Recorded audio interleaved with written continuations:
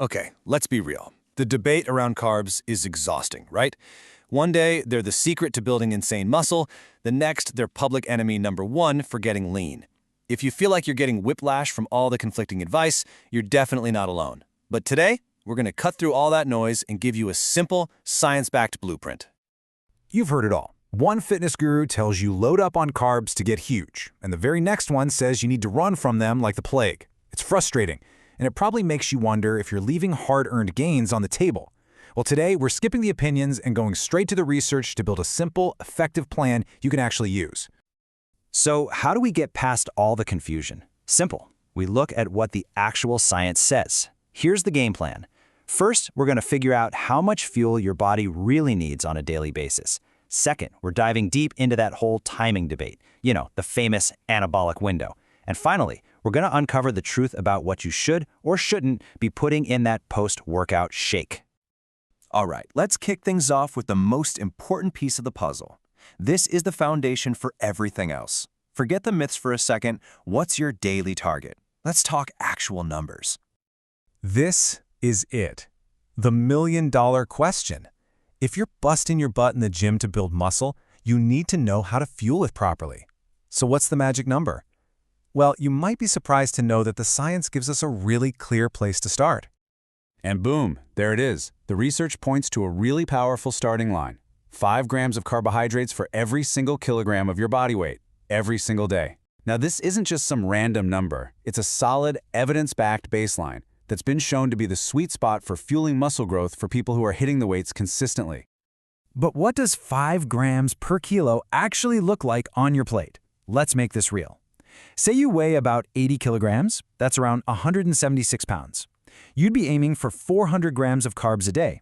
To put that in perspective, that's roughly 8 cups of cooked rice. Yeah, that's a whole lot of fuel, and it's proof that if you want to build muscle, you should not be afraid of carbs. Of course, life isn't one size fits all, and neither is your nutrition. The science actually gives us a flexible range to play with.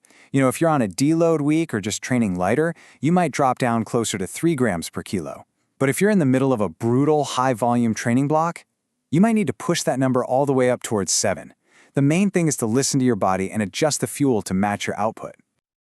Okay, so we've nailed down our daily total. Now for the next big debate, nutrient timing. You've all heard about it, that mythical anabolic window, that supposedly magical 30-minute period right after your workout where you have to slam a shake or you'll lose all your gains. So, is it real? This is the classic playbook we've been hearing for decades, right? A solid meal a couple of hours before you train for energy, maybe sipping on a carb drink during a really long session, and then that frantic mad dash to your shaker bottle the second you rack the final weight. It sounds official, but does the science actually back it up? And here it is, the myth buster, straight from the research itself. For most of us lifting weights, hitting our total daily carb number, that 5 grams per kilo we just talked about, is way, way more important than obsessing over a 30-minute window.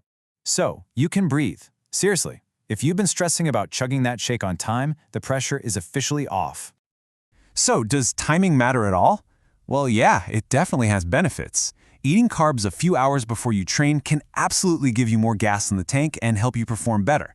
And eating carbs sometime after you train is super important for refilling your muscles' energy stores. That's called glycogen. Think of it like recharging your body's battery for the next workout. The key takeaway here is just relax about the clock. Focus on hitting your total for the day. Okay, so we've covered how much and we've covered when. Now let's talk about what you're actually putting in that shaker cup. This brings us to our third big topic, that classic combo of protein and carbohydrates. Is it really the ultimate muscle-building cocktail we've been led to believe? I mean, this is the billion-dollar question that has pretty much built the supplement industry.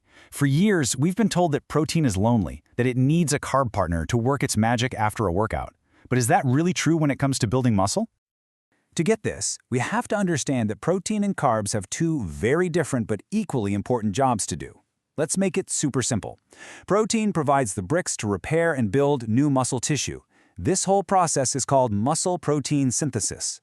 Carbs, on the other hand, provide the energy to restock your fuel tanks for your next session.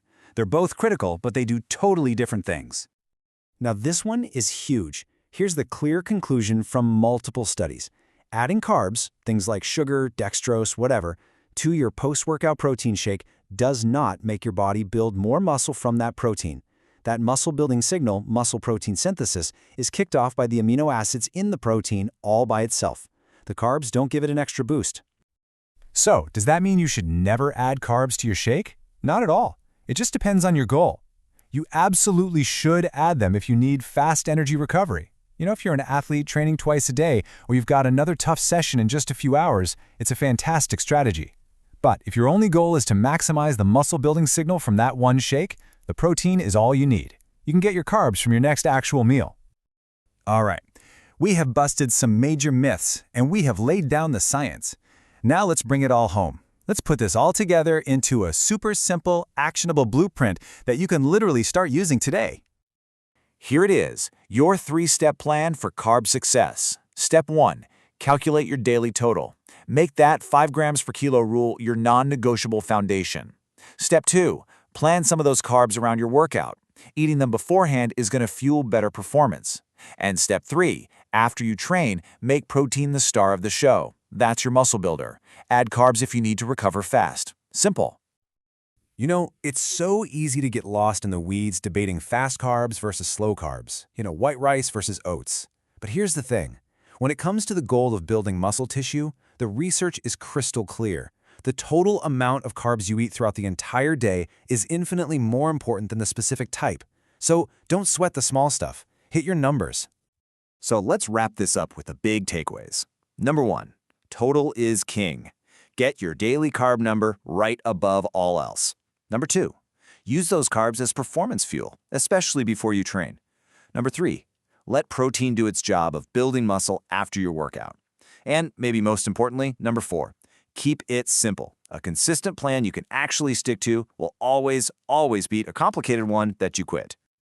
And there you have it, the science-backed truth about carbs and muscle.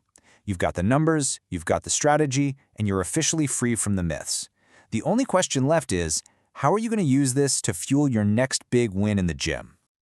Hey, if this breakdown helped clear some things up for you, do me a favor and hit that subscribe button. We drop new explainers just like this all the time, designed to give you the science without all the hype.